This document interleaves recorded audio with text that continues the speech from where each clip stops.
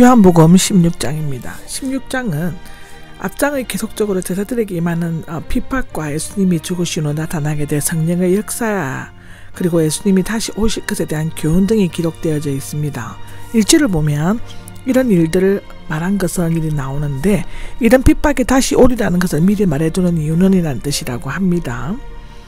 특히 이런 일들은 15장 18절 이하의 내용을 말하며 제자들이 예수님을 사랑하고 서로를 사랑함으로써 핍박이 찾아오지만 그 가운데서도 제자들이 증거를 통해 그리스도가 증거되는 것입니다. 이 사실을 알게 되면 어떤 핍박이 와도 그들은 결코 실족하지 않게 될 것입니다. 실족하다는 알지 못하고 건드리게 되면 갑자기 닫히는 용수철을 이용한 덫을 말하는데, 붙잡히게 하다는 떨어지게 하다, 죄를 짓게 하다의 의미가 있으며, 때로 혀를 잘리다, 믿음에서 떠나거나 좌절되다를 나타낸다고 하는데요. 초대기의 기록들을 보면 성도들은 대부분 온갖 핍박 가운데서도 끝까지 믿음을 지켰지만 때로는 믿음에서 떠나 실족하는 경우도 적지 않았음을 알 수 있습니다. 2절입니다. 2절은 해당에서 쫓아낼 것이다가 나오는데 9장 22절에도 이것이 나옵니다. 장차 유대인들은 제자들과 믿는 자들을 해당에서 쫓아내어 국적과 재산까지 몰수하고 죽이기까지 할 것입니다. 그런데 그들은 그렇게 하는 것을 하나님께 봉사하는 일이라고 생각할 것입니다. 불경건한 자의 피를 흘리게 하는 자는 모두 제사장과 같은 사람입니다.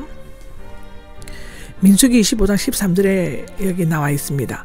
즉 신자들은 죽이기까지 핍박하는 것을 예배, 즉 하나님께 제사 드리는 것으로 생각했던 것인데, 다메섹 이전에 바울도 교회를 핍박하는 것이 하나님께 대한 충성이라고 생각했다고 사도행전 22장 3절, 5절, 26장 9절에는 기록되어져 있습니다. 3절입니다. 그들이 그런 일을 하는 것은 나오는데, 그러한 박해자들은 예수님을 보내신 성부 하나님이 누구시며 제자들을 보내신 예수님이 누구신지를 전혀 알지 못하였습니다. 그러나 그들이 알지 못했다는 데 대해서는 거의 변명의 여지가 없지만, 왜냐하면 모든 사람들 중에 유대인들만 마땅히 알고 있어야 했기 때문입니다. 로마서 9장 4절에서 5절을 보시면 됩니다. 4절은 너희에게 한 말을 기억하도록 하기 위함이다가 나오는데, 예수님께서 또다시 이 일에 대해 말씀하시는 것은 핍박이 올 때에 제자들로 하여금 자신의 말을 기억하고 용기와 힘을 얻어 그 핍박을 능히 극복할 수 있도록 하기 위함이었습니다. 처음부터 너희와 함께 있었기 때문이다 라고 하는데, 예수님께서 공생애를 시작하시면서 제자들과 함께 있었을 때에는 모든 미움과 박해가 그에게로 쏠렸습니다. 그때마다 예수님은 그들의 공격을 한 몸에 받아 제자들의 입장을 지켜주셨습니다. 그러나 이제 예수님께서는 제자들을 세상에 남겨두고 자신을 보내신 아버지께로 돌아가려고 하시면서 앞으로 다가올 핍박에 대해 제자들의 마음을 미리 준비시키려고 하셨죠. 5절입니다. 5절에는 어디로 가십니까?가 나옵니다.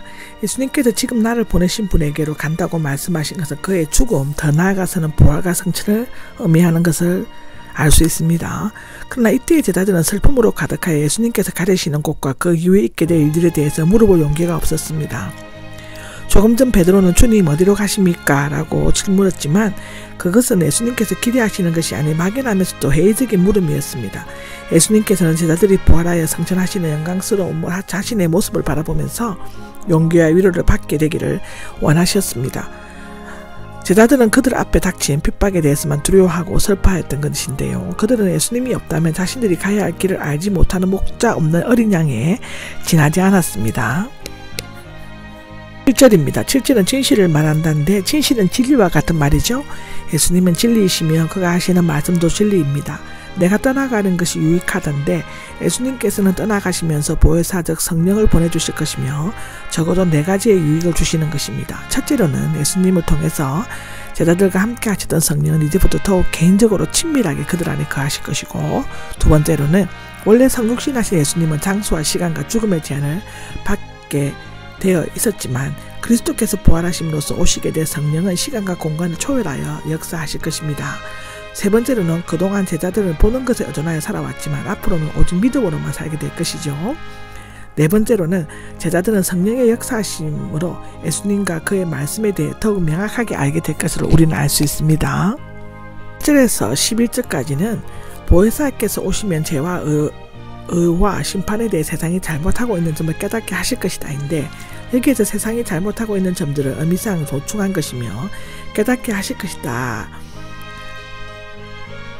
미래형으로서는 보혜사는 제자들이 미움을 받을 때 변호뿐만 아니라 세상의 잘못을 책망하고 고발하는 역할을 맡아주시는 것입니다. 저 구절을 보시면 보혜사는 세상의 죄에 대해 잘못 생각하는 점을 깨닫게 하실 것이다 라고 나오는데,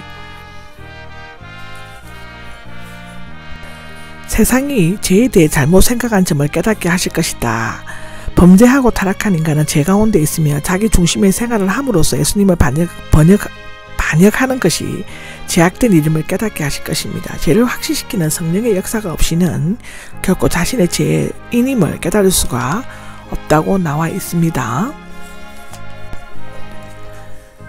10절에는 세상의 의에 대해 잘못 생각하는 점을 깨닫게 하실 것이다인데, 세상은 자기의, 즉 유대인들의 율법에 의고 이방인들은 도덕적 의를 참된 의라고 생각합니다. 의로우신 분이신 예수님께서는 전혀 새로운 의의 표준을 제시하시고 인류를 위해 의의 길을 마련하셨습니다. 요한일서 2장 1절, 베드로전서 3장 18절, 사도행전 3장 14절에는 기록되어져 있습니다. 예수님 말씀과 행위의 의로움은 그리스도의 희생적 죽음이 가져다 주었죠. 이것 또한 로마서 1장 17절에 나와 있습니다. 부활 성천하시어 아버지께로 돌아가심으로써 증명되었습니다. 로마서 4장 25절에 기록되어 있죠. 세상이나 유대인은 그리스도를 통해 얻은 이러한 참된 의, 절대적인 의를 알지 못했지만 성령께서는 그것을 분명히 깨닫게 해주실 것이라고 기록되어져 있습니다. 1절을 보면 세상이 심판에 대해 잘못 생각하는 점을 깨닫게 하실 것이다 라고 나와 있죠.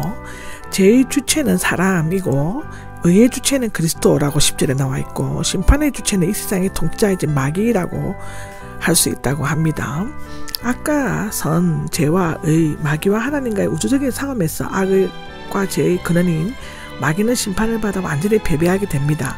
예수님이 빌라도 법정에서 사형 판결을 받으셨을 때 십자가는 예수님의 처형대라고 생각되었지만 실제로는 이 세상의 통치자, 즉 마귀가 심판받는 장소였습니다. 그것을 증명한 것은 부활과 성천 사건이죠. 이미 심판을 받았다가 나오는데 현재 완료형으로서 과거에 이미 심판을 받았다는 뜻이고요. 죄와 죽음을 지배하는 세상의 통치자 마귀는 그리스도의 십자가에서 이미 심판을 받았다고 히브리서 2장 14절 15절에 나옵니다. 앞으로 영원한 심판을 받게 될 것이다 라고 요한계시록 20장 10절에도 기록되어져 있습니다.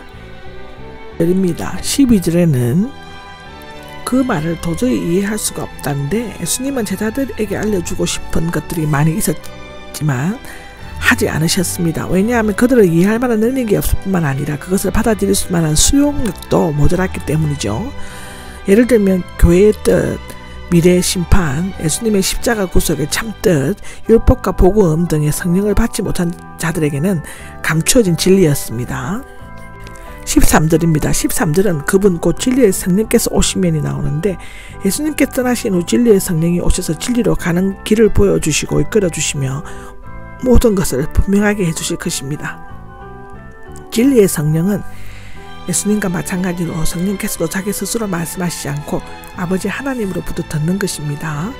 미래에 일어날 일들, 즉 그리스도의 속죄, 부활, 재림, 새 하늘과 새 땅, 만물의 부흥 등을 말씀하실 것인데, 모든 진리에서 진리는 관사가 있으므로 그것은 분명히 예수님의 인격과 말씀과 행위에 대한 진리를 가리키고 있습니다. 여기에서 성령은 첫째로는 안내자 역할을 하는 인격이고, 둘째로는 인도하시는 일만 하시는 것이고, 세 번째로는 진리를 깨닫게 하신다고 언급하고 있습니다. 14절입니다. 14절에는 그는 나를 영광스럽게 하실 것이다가 나오죠. 성자이신 예수님이 성부 하나님을 영광스럽게 하신 것은 성령은 성자 예수님을 영광스럽게 하신다입니다. 예수님을 본 자는 하나님을 본 자이며 예수님의 영광은 또 하나님의 영광이죠. 그리고 성령께서는 예수님의 영광을 완전히 우리에게 보이셨습니다. 그 이유는 성령께서 스스로 예수님의 영광과 인격을 받아 친히 우리에게 알려주실 것이기 때문인데요. 만약 성령께서 알려주지 않으셨다면 우리는 예수님을 하나님의 아들로 믿지 못했을 것입니다. 이것은 고린도전서 12장 3절에도 기록되어져 있습니다. 15절입니다. 15절은 아버지께서 다 내 것이다가 나오는데 앞절을 주석한 것입니다. 삼위일체 하나님의 세 위격이 서로 긴밀하게 연관되어 있죠. 즉 성자 예수님의 것은 성부 하나님의 것이요, 성령께서는 이 예수님의 것을 받아서 알려주신 것입니다. 성령께서는 하나님의 구원 계획을 보여주시고 곧 다가올 예수님의 부활 사건의 영원한 의의를 분명하게 해주셨습니다. 아멘.